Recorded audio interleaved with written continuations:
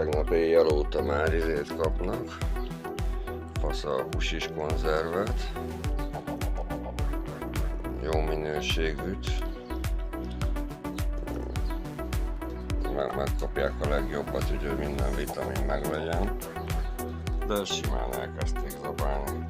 Először nem akarták enni, de beletúrmixoltam a tejükbe, és akkor utána megadtam így simán, és így már megeszik.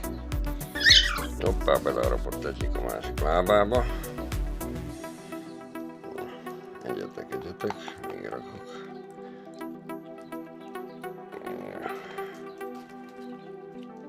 Így, mindjárt hozom hárpiát is, csak hárman meg már ezért van.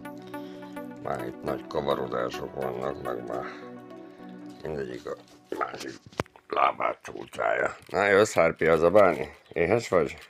Hát persze, hogy éhes vagy, mi? Gyere szaros. Ő is jön idefelé, és már uszul is rá a fajára. Úgyhogy mondom, ő meg kis igénytelen, nem szarozik, mindent megeszik, de a legjobbakat kapja, ugye, hogy meglegyen minden vitaminja.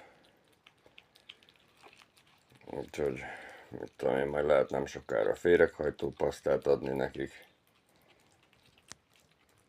Aztán ennyi.